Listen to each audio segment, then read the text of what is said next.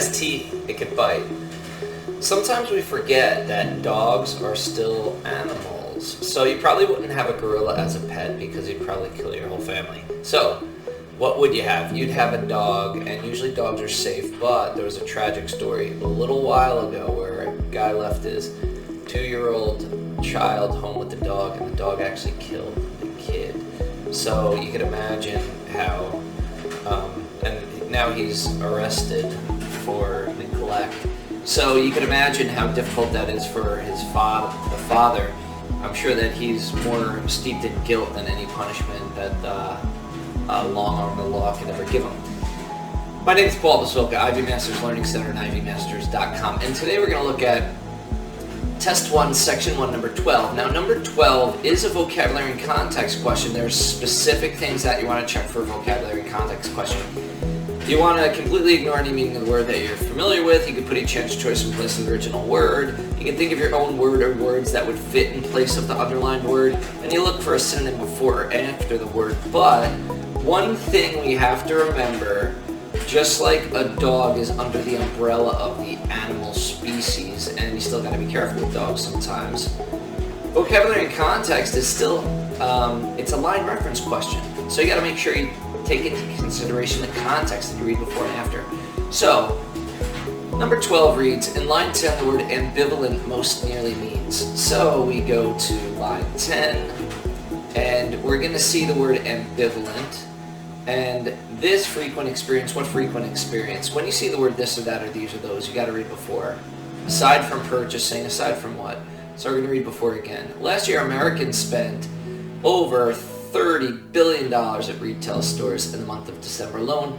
Aside from purchasing holiday gifts, most people regularly buy presents for other occasions throughout the year, including weddings, birthdays, anniversaries, graduations, and baby showers. This frequent experience of gift giving can engender ambivalent feelings in gift givers.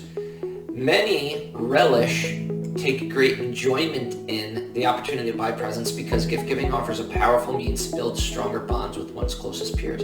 At the same time, many dread the thought of buying gifts. They're aware that their purchases will disappoint rather than delight their intended recipients.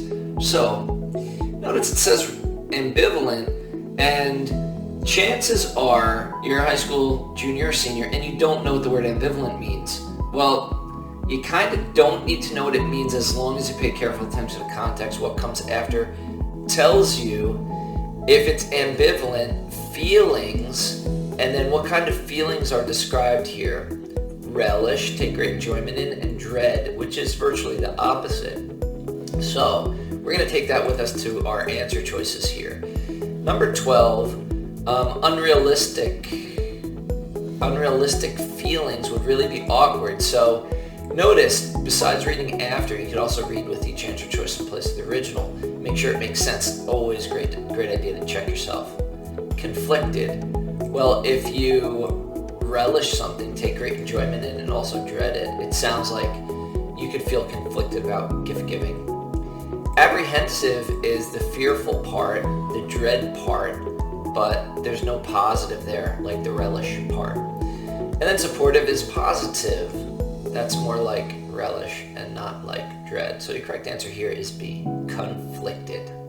Thank you for joining us today. If you like this video, click like. You can share it with someone who has difficulty with vocabulary and context questions. Specifically needs to make sure that they read before and after the line in vocab and context or any line reference question. If there's any question you'd like to see answered from any official PSAT or SAT or ACT, leave that in the comments. I'd be happy to shoot a video on it. And click subscribe so you don't miss anything. Have a great day.